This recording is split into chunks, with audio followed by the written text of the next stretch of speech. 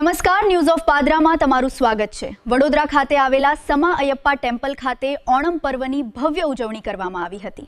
વડોદરા ખાતે આવેલા સમા અયપ્પા ટેમ્પલ ખાતે ઓણમ પર્વની ભવ્ય ઉજવણી કરવામાં આવી।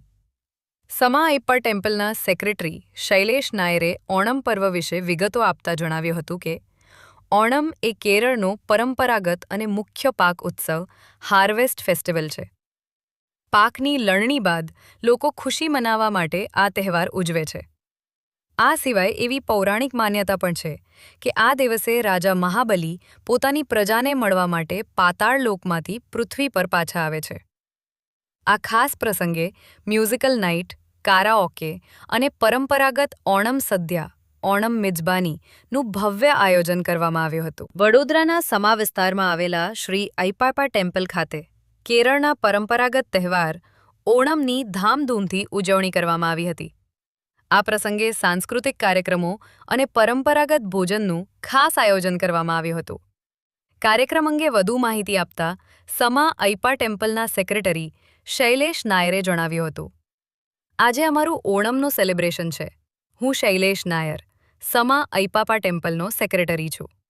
ઓણમ એ કેરળનો ટ્રેડિશનલ હાર્વેસ્ટ ફેસ્ટિવલ છે। પાકની લણણી થયા પછી જે ખુશી મનાવવામાં આવે છે તેનેનો આ ઉત્સવ છે। બીજી એક કથા મુજબ રાજા મહાબલી ઓણમના દિવસે પોતાની પ્રજાને મળવા આજે છે ને આજે અમારું ઓણમનું એક સેલિબ્રેશન છે। હું શૈલેષ નાયર છું, સમા અયપ્પા ટેમ્પલનું સેક્રેટરી છું અને અમે અહીંયાનું ઓણમ સેલિબ્રેશન છે। ઓણમ એક કેરલાનું ટ્રેડિશનલ ફેસ્ટિવલ છે જે અમારું હાર્વેસ્ટ ફેસ્ટિવલ કહેવાય।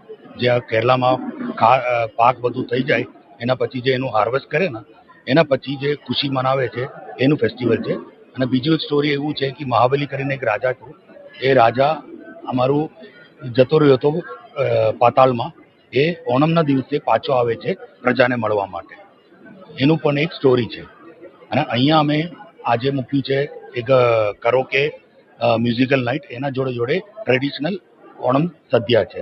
સદ્યાનું મતલબ ઓણમનું ફીસ્ટ છે।